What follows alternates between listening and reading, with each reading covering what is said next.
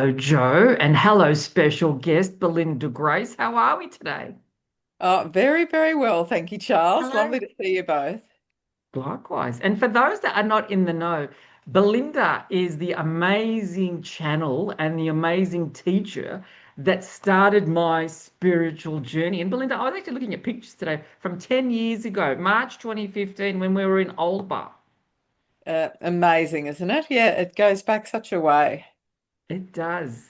And Joe Yeah. and I met when I was doing teacher training. I think it was 2017, Joe, because I think I found some receipts from when we were down in Blairgowrie. We were at Blairgowrie Blairgowrie, down. that's right. Yep, I knew it was on the Mornington Peninsula, that oldish place in Blairgowrie. But gee, it was a good location, wasn't it? It was great. So this is how we're all Mm. tied together through the amazing All tied Belinda together. Grace. I That, didn't that, know that you credited me with starting your spiritual journey, Charles. That's big.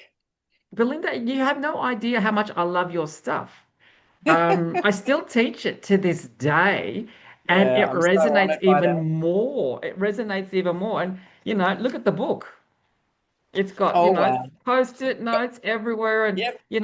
I teach them everything. So, Belinda, how did you start your spiritual journey? We know you were in fashion before you did your spiritual Mm, stuff, but how did you yeah. make that transition?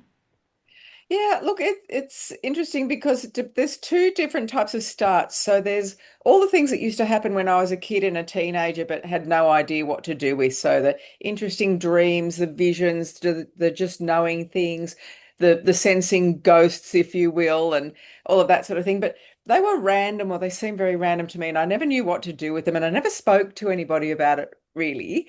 My parents would not have been harsh or negative or dismissive, but I just kept it to myself anyway, because that's just, I didn't know what to do with it. Then off I went, in my 20s, party girl, fashion industry, the whole thing. Almost really sort of forgot about that stuff, but I was always interested in the meaning of dreams, places like Egypt and all that amazing historical. I always had the interest, I always believed in reincarnation ever since I was a little kid. So it was always there. And then, I guess, in a nutshell, sadly, I was so unhappy in the fashion industry and I was so unhappy in this world that for me felt very artificial and very dog eat dog. I'm not saying it's like that for everybody, but I just felt like a square peg in a round hole. So my health suffered and my mental and emotional state suffered. And I felt like I just wasn't on track. I wasn't on path. I wasn't on purpose. And so I started searching, and I'd always read a lot of books about astrology and things like that, and about, quote unquote, alternative health. So the real kickstart, I suppose, was when I finally left the fashion industry, started studying homeopathy, and then I started meeting people who knew about meditation and knew what chakras were, and talked about things like past lives and whatever that I'd never had anyone to talk to about it before. Yeah, fantastic. And then that opened a Yeah. doorway for you to walk through. It opened a lot of doorways, and I just kept pushing through those doorways too. I started to get really curious because it became obvious to me that for me personally, homeopathy probably wasn't going to be the ideal career path. I loved the subject, but practicing it was much harder than just being a student. And so when I started learning about things like chakras and whatever, I started offering people chakra balances, and that actually became the majority of my clientele. And I didn't in any way seek out, oh, I want to see angels and spirit guides, or I want to see past lives. It just started coming to me while I was doing chakra balancings for people. So that was just so exciting. That, love that. Yeah, it was very cool. I suppose the big epiphany I had, I think that was important in that moment was if I was doing a chakra balance for a client who was essentially a complete stranger, and I started getting all this vision or information or strong feelings about things, I recognized that that information was for them and not for me. And that was the key thing. And in that case, I didn't keep it to myself. I told them, and both of you can relate to this. It's really hard sometimes to speak up and go, oh, well, I'm seeing such and such a scene behind you or such and such a feeling around you. Because you think they're just going to laugh or tell you that you're crazy or it's not going to Yes. mean anything to them. So when it does mean something to the person in the chair or the person on the table, that is mind blowing. And that's what really motivated me to keep going. Was it hard for you at the start? Because when I teach your class, we do meditations and guided visualizations to try and connect with an angel or a spirit guide or stuff like that. When you started, was it hard for you to want to be able to connect with these beings, or did you find it came quite easily to yourself? Look, it started coming naturally, if I can put it that way, because like I said, I never set out with this like I didn't know I could connect with angels and spirit guides. Like it never occurred to me that that would happen to me. So I'd been sort of learning channeling, but just channeling energy and light and feeling the movements of the chakras and the state of them. That's all I'd sort of ever really been focused on. So was it hard? It was just really learning in situ and just doing my best to be open and not pushing anything away and not going, oh, that can't possibly be right. It was just really running with it. It's like, you know, and I still to this day think, God, some of those people must have thought I was an absolute nutcase, but they kept coming back and sending their friends. So it must have been good. It must have been relevant because if they were sending their people, they're getting something from it. Yeah, I think that really tells you something, doesn't it? When not only is that person coming back for a second or a third session, but then they're telling their friends or their family about it. So they feel comfortable enough with it and they feel like they got something out of it and they want to share that there's that enthusiasm and that excitement there. So it was just always exciting and I really felt like a leaf on a stream or something similar. Like it was just taking me, and I was willing to go. I was willing to go on that journey. Yeah. So I never sort of sat down and went, oh, now I want to speak to ascended masters, and now I want to see past life. It just all And started happening over a period of time. what was the motivation then once you'd started to do the like the balancing and all of those types of things to then want to teach the technique? What was your motivation to push it to another level? Well, I guess part of it was gratitude because I was so grateful that I'd been able to go to these classes where somebody else taught me what chakras were all about and channeling and how to sort of tune into that energy and to believe it and to trust my feelings. So I really wanted to share that. Hmm. Um, Part of it was actually a business decision, and you can both relate to this. Like, it's one thing to see individual clients day in, day out, week in, week out.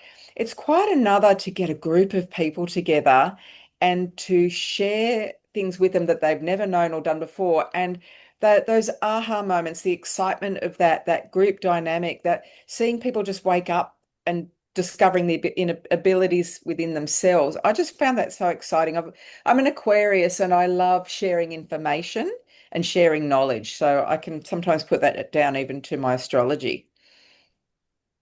I Yes. love it. Joe, have you got questions you want to ask Belinda? Oh, yes. Mine was, and I just have to tell this funny story how Belinda, how you came into my life. So I was in a bookshop, a spiritual bookshop, and I walked past, and this book fell off the shelf. So then I was like, oh, that means I should buy it. So then I bought it, and then I found at the back of the book it was like you could have a reading with you. So that's how Yeah. I met you. So it was like Oh, divine guidance. that's So. fantastic. Thank you so much for following that prompt. And and so many people have told me they were just amazed to find that I was in Australia and that they could just contact Yeah, me and things like that. So it's fun, isn't yeah. it? Oh, very much so. Mine was, what advice would you give people that want to start their spiritual journey? Like, well, you've probably answered it a little bit, but do you feel like looking back and reflecting, do you think, oh, what advice would you give someone starting off? Don't hesitate is the Yeah. first, like, don't put it off. Yeah. It's so it's just so positive in every way. And even, I used to find in readings that people would have this thing of wanting to avoid quote unquote bad news or negative information. But I used to say to them, look, if you had something physically wrong with you and the doctor sent you for a blood test and an X-ray and a CT scan and whatever, wouldn't you want to know what was going on so that you could do something about it? And it's like that in the spiritual world and the emotional world as well. Like, what is causing my unhappiness or what is at the cause of this. So if you're going to dig up those things as well, the spiritual path is light and shade. It can be tough sometimes, but oh my God, the growth and the joy that you get out of it. Don't hesitate. Get on with it. Yes. That's the advice. And then after that, look, it really is just about going with your gut feel. And you do have to, I've read hundreds, if not thousands of books. I've been to numerous workshops and courses and events and retreats and stuff with lots of different presenters and practitioners. I like to cherry pick rather than say, oh, I belong to this group or I belong to this belief system, whatever. I've always grazed. And my advice to people is to graze and to Yes. not feel compelled to say, I believe this system or I believe that system. It's not about convincing other people either. There's so many different ways of describing the same thing, but each time you read a different description or a different angle or perspective from a different author or a different presenter or a different healer or whatever, you will learn something. Some little thing will ping, I believe. Yeah, Do I you agree. miss doing readings? Sorry? Do you miss doing readings? I don't, because I did readings for about 25 years. Yeah. And like everything else in my life, there felt like a right time for it. Yeah. And after 25 years, I felt like I've done all I need to do. This is the time for me now to step back Yes. and to rest and to focus on other things. I mean, I'm only 62, so I'm not old, No. but there are other things I want to do with my life. And yeah, it just literally felt like the right time. That's the only way that I can explain it to you. Mm. Perfect. Yeah. Yeah, And that's my great. other question was, what was your best clairvoyant moment? Now, I really don't know how to answer this one because there've been so many. And I thought, oh, Yeah. dang it, she sent me a question that's going to be so hard to answer. There've just been so many, Joe, Yeah. honestly.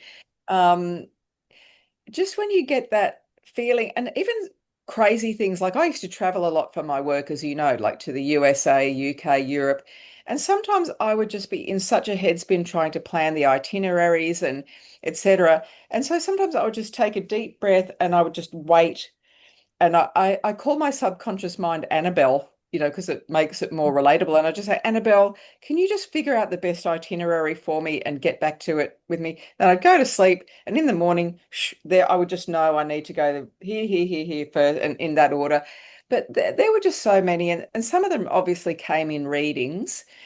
And when you're doing readings with people who are really struggling with something like, sexual abuse from their childhood or something really difficult like that. And when you see that person just break open in a beautiful way, when you get that relief of clearing the negative past life that was the cause of that pattern, something like those are just, you just can't replace those moments. You can't force them to happen, and they are just magic. Perfect.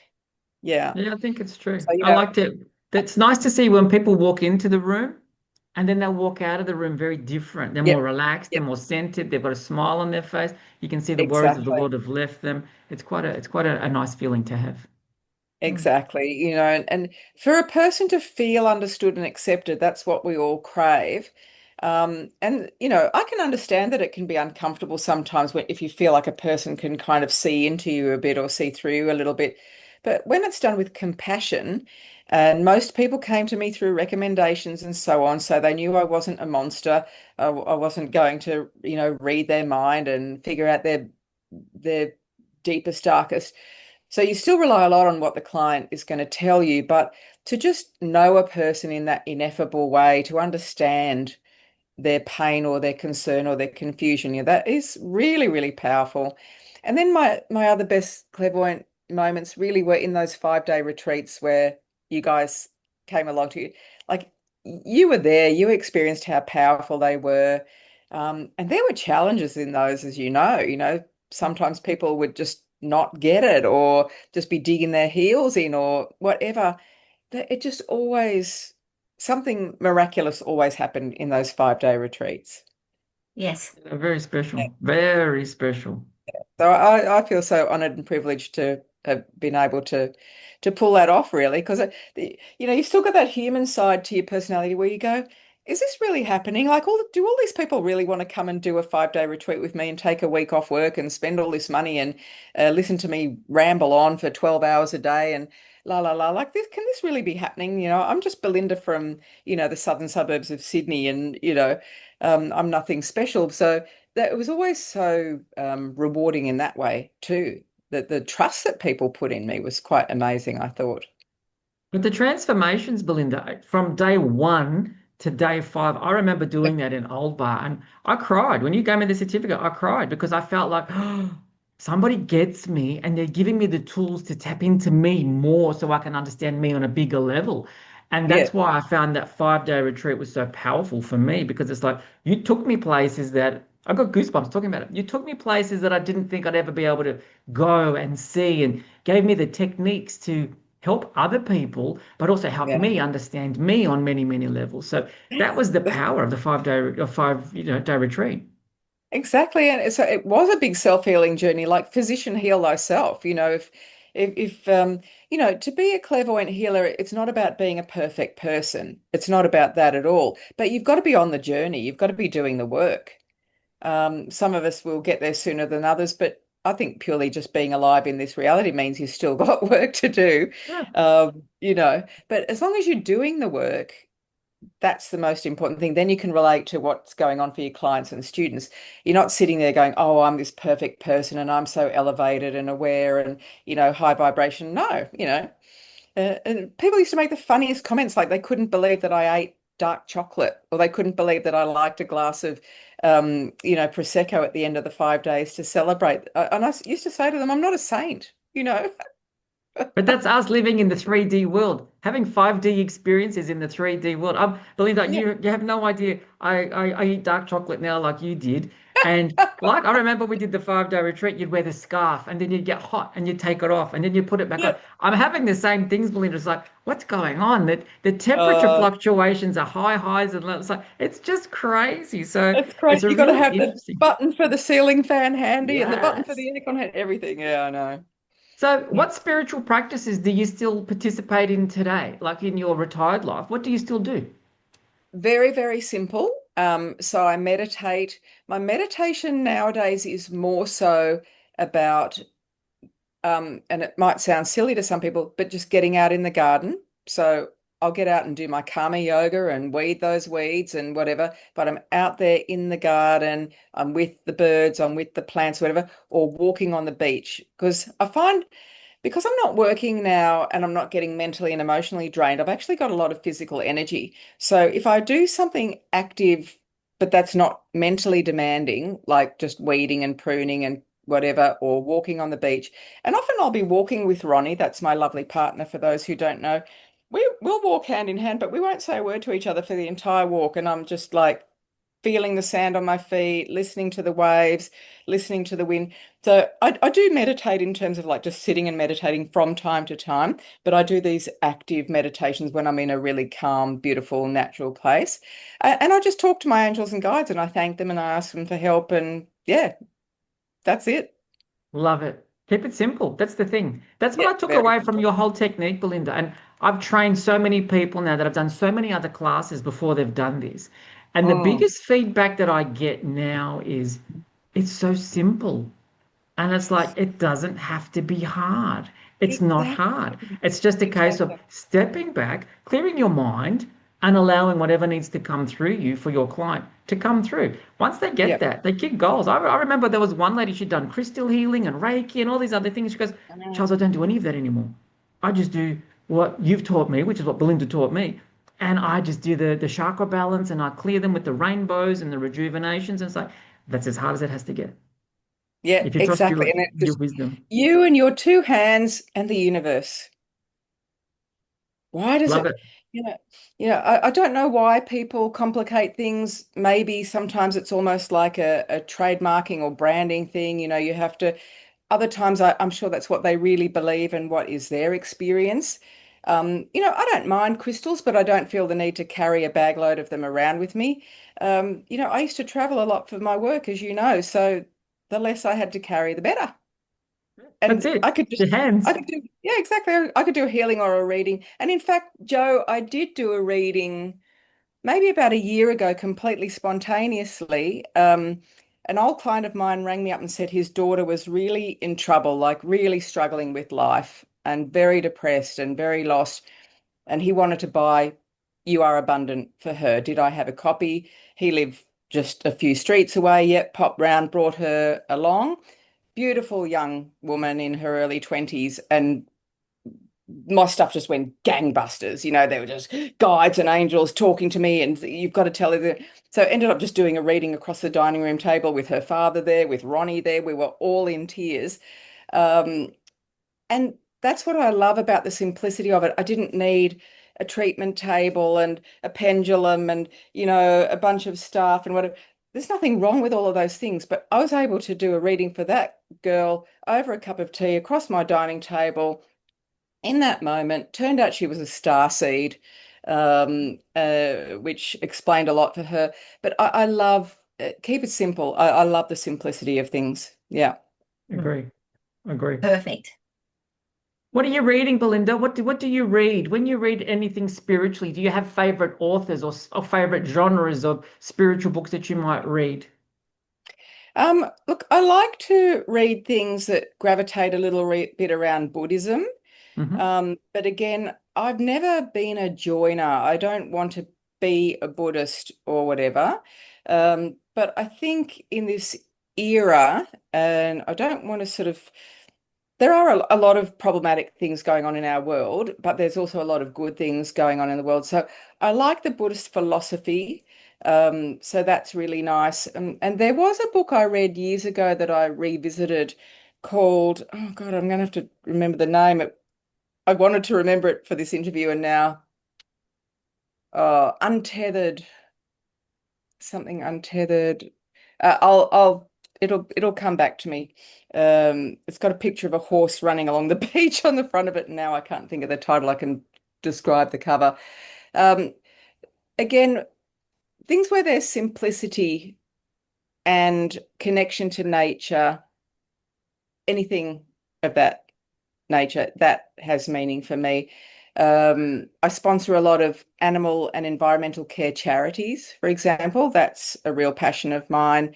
And I get involved with those sorts of things when I can. I don't go out on the street and protest or whatever, but um, we need nature, us human Mm, beings. And if we want to talk definitely. about being spiritual and developing our spirituality, we need nature. We need the natural world. It's The so true. Untethered Soul. Is that it? Untethered Soul, that's it. Thank you, Yes. Joe. I was Yeah. hoping one of you might do that. Yeah, Untethered Yeah. Good Soul. work, Joe. Good. Brilliant, amazing book. I've downloaded it. I just haven't listened to it yet. Okay, yeah. And I think it was New York Times bestseller and all of that back in the day when it first came out. So it's probably quite old now. The years just fly past and I lose track. I've also been taking a lot of interest in, because, for example, I never thought of myself as a feminist, and I don't think I am a capital F feminist. But a few years ago, I read a book by Jane Caro, an Australian Oh, journalist, yes. called The Accidental Feminist. And again, it's women of sort of my age group, that era. She's a little bit older. She's a boom, we're boomers. And it sort of helped me to understand the feminist cause a bit better. Because as you know, we're sort of working with a divine feminine energy, but also a divine masculine. Um, but what we do doesn't always attract your standard blokey bloke. And so I'm just trying to understand all those dynamics, the gender dynamics, the masculine, feminine dynamics, what's going on in the world today with the backlash against the feminine and that sort of thing. So I don't mind delving occasionally into, it's not strictly spiritual, but sort of, and not feminist either, but sort of female empowerment and how that's going, empowerment for kids. I'm really interested in the whole teenage and child thing as well. Like it's just such an interesting world at the moment. There's just so much going on. Definitely, definitely. What would you Yeah. like to say to the population? This is not on your question list either. What would you like to tell the population, or how do you feel that the population needs to proceed in 2026? What would you suggest they do? Oh, wow. That's big, isn't it? There's so much going on, but you always have to just bring it back to yourself first because, you can't control everything that's going on around you. And that is unnerving. And that's the source of a lot of people's anxieties and Hmm. particularly young people's anxiety. And I understand that. But if you're just being the best person that you can be, and again, that's not about being perfect. And, there's far from being perfect. We should even just throw that word perfect out. If you're just doing the best you can genuinely, so that includes your physical health, a bit of exercise. That includes your mental health, so getting good rest and all of that.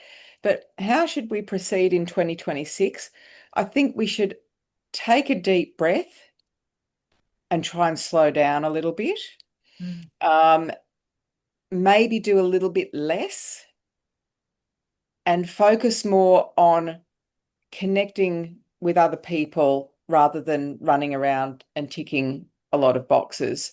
Because a lot of people out there are scared, lonely, angry, etc. And if we just kind of reach out to each other a little bit more, and I love that about living in a small community like where I do, but you can do it in a big city. I've done it in a big city, as I know you do, Charles. I'm not sure I'm wording this very well, but how do we proceed in 2026? Keep working on your quote unquote spiritual development, definitely, but don't try and be perfect. Don't try and fix yourself. Try not to control the journey too much. See where it leads you. And don't lose touch with the fact that we are physical beings in a physical reality. Connect to nature, love it, nurture it, appreciate it, support it, protect it, and connect to the people who appeal to you, who resonate with you. And, if you can, stay away from the ones who rankle you and stress you. Like just try and be in harmony as much as you can. Mm. Love Good it. I like advice. what you said. Slow down, connect, breathe, and just flow. This perfect doesn't exist. I like what you said. Just get rid of that Yeah, word because it doesn't exist. As yeah. long as you can be the best you can be, that's all the universe wants from you. I love it. Wise words, BG. Thank you. Thank you. And I know a lot of people out there are going, well, I've got 3 kids and a business and whatever, and how the hell am I supposed to slow down? It's hard, but you can really notice where you just, especially, I don't know if it is especially women, but I'm going to say it. We just keep piling more and more stuff on. What do you think, Joe? Do you find that women just keep putting pressure on themselves to do, be, and have everything all the time, or Yes. have I got that There, wrong? I feel like that there is a culture where I think women think other women will think that they're impressive or impressed by how busy they are. And I Yeah. think that that isn't a good example Mm, to set. mm. So I think I've got lots of time to sit and reflect and meditate and things, and I am busy, but I think we've got to put our phone down a lot when we're with our children and be Yep. present, Yeah. Yeah. So I think, yeah, I think it's just other women supporting each other, but other women trying not to be, oh, I don't know, impress everyone by their busyness or their Yeah. organization skills. Not to be competitive, because I think people equate busyness with popularity. And Yeah, if you're not always doing 17 things every day, then somehow you're not popular and you're not included and you got FOMO and whatever. It's actually okay to spend time on your own. It's actually okay to look at your diary and go, wow, I don't have that much to do today. And there's nothing wrong with being productive. There's nothing wrong with doing the things that you enjoy. But it's that Marie Kondo thing. Does it spark joy, or are you just doing it because you yeah, think you should, or you said, and this applies to dating and everything. Like I used to help people a lot in the readings with, getting past those barriers that were stopping them from meeting someone special. And they're like, oh, well, should I go on Tinder and should I go on RSVP and should I go to the concert and should I go to the party? Go if that's what you want to do. Go if that feels right. Go get yeah, on that dating website if that feels right. If you're getting on it like, oh God, I've got to do this because otherwise I'm never going to meet anyone. Just that stress energy is going to come through in every part of it anyway. So just do what feels right. And that goes back to the importance of connecting with yourself, of learning about all the stuff that I was teaching for 25 years and sharing, and that you guys know so much about now. If you are tuned into yourself and your divine guidance, you will know deep down what's right for you and what's not. yeah. And the choice is just whether to follow that or not. And I think that's the Yes. key. I think a lot of people have disregarded their guidance and their intuition. And I really feel like that's where nature comes into it. That's what I say to a lot of Yeah. my customers. When you need to make a decision about life or something serious, go and sit in nature. Get out of Mm, your four walls, go and sit in Mother Earth, go and sit at the park, mm, go and sit at the beach, then ask yeah. yourself the questions and then watch your intuition want to kick in because it's so much clearer when you're in Mm, nature. Mother Earth will ground you. She'll give you her wisdom because the yeah. trees, the plants, the grass, it's all got wisdom, and that's where it all comes. So trust your intuition, people. That's why it's there. Yeah. It's your GPS from Absolutely. spirit. Trust it. GPS from Spirit. I remember once years ago, I was looking after three dogs for a friend on the Gold Coast, and something really stressful happened. I can't remember what, but it was to do with my friend's house and the dogs and something else. And I was just in a pickle. And so I just got in the car, drove to Burleigh Heads, went for a walk up that beautiful headland, sat on a bench in amongst the trees overlooking the ocean. And I didn't ask for any help. I didn't try and figure out the problem, whatever. I just sat there for 15 minutes. And after 15 minutes, I just was like a new person. And I just and when we say get out in nature, if you live in an apartment block in a suburb of Sydney or Melbourne, listen, it doesn't have to be anything fancy. Go and just sit on your balcony with your pot plant or go down to, the local park or whatever as you can. And even if you can't get to any place like that, close your eyes and visualize it and create that beautiful natural space in that inner world so you can just close your eyes and summon it at any time. But it's there. But yeah, nature is the healing energy and helps you connect to your guidance for sure. Very Love it. much so. So, viewers, Belinda has retired, but you can still get Belinda's work. This is one of her books, You Are Clairvoyant. It's Yeah, and then amazing. It's a really good find it. stepping stone. Joe's got the You Are Abundant. Can you believe I had all of them? And then somebody wanted it, and I must have had it in my market pile, and I sold it. So I've got to get You Are Abundant. You Yeah, Are I got those too. Inspired. You've got this one too. Oh, Okay. You thank Oh, Are I've got you. Inspired. that I one. have them all, you know. Yeah. And then The this deck is this what your recent deck? The Divine Intuition, yeah, that's the most recent new deck. And then they Yeah. re-released the Clairvoyant Oracle cards This is the in original box Oh, because they've this got is a the smaller original box. box. yeah. Oh, you've Yeah. got the uh, Charles has got the original, and then you've got the revised, and then there's another revision of it, I believe. I honestly can't Well, keep up with my publishing there is. anymore. I've got. Yeah, yeah, I used to sell it, and then you've also got the True Love cards as well. yes, So Yes. Belinda's work is still available. So go and seek it because this is the most amazing deck of cards. We used to pull it every day in a 5-day retreat. What do I need to know today?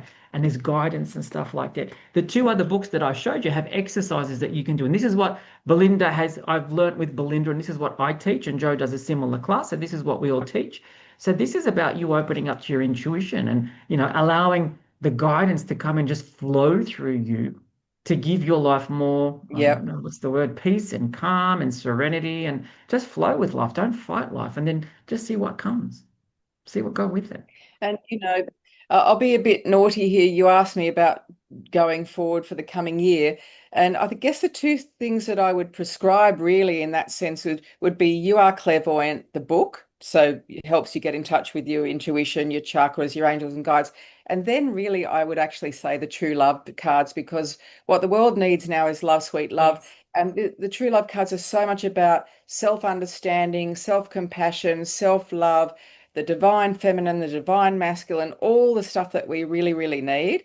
And probably out of everything, that's my favorite thing, apart from You Are Clairvoyant, which will always be my first child and my first baby and the best. The True Love cards to me are just where we're at and what we need right now. Love it. Love it. Yes. Yeah. Belinda So have you got Grace? the True Love cards there, guys, or No, I do I don't skip because I've those? sold everything I had, I've sold, and it's just craziness. Sorry, I'm just hopping up from, but yeah, that's the There's the True True Love Love cards, cards. guys. So you'll find Yeah. them wherever you Oh, get but your they've got a new cards. packaging as well. Oh God. That's Sorry, they've fine. got But different packaging now as well. But they'll see anyway, what it's all about. They'll see what they're like. But go and get they yourself, go really and do do. yourself a favor because Belinda's work is amazing. And if it wasn't amazing, I wouldn't be Oh, doing it thanks. 10 years later. It's simple, it's effective, and it's life changing. That's what you've got to understand. It's life changing. Yeah. I ran a class August, and I had this beautiful soul that came in, and she was not spiritually aware. After the 7 weeks, oh my goodness gracious me, she was seeing dragons and angels and galactic beings and all this sort of stuff. It's just because she trusted and she allowed it. And all of that comes in these things, in the books and the cards. Yeah. So open yourself up to something bigger and follow Belinda's work. Belinda Grace, it's been Thank, a pleasure to have you on our show. Thank you thank for you your so much, work. Charles and Joe. Oh, Thank you my for your pleasure. Thank you. spiritual Thank you work. for We seeing love me it. before. And who knows, well, depending on what feedback, Belinda, we might even have you back on for some little tips or tricks or whatever, if that works with you. Yep, I'm sure we can make that work. Thank you. Beautiful. Ladies, have a lovely day. Thank Namaste. you. And And we'll see you blessings for soon. the season and a wonderful 2026. Yes, love it. Thank you.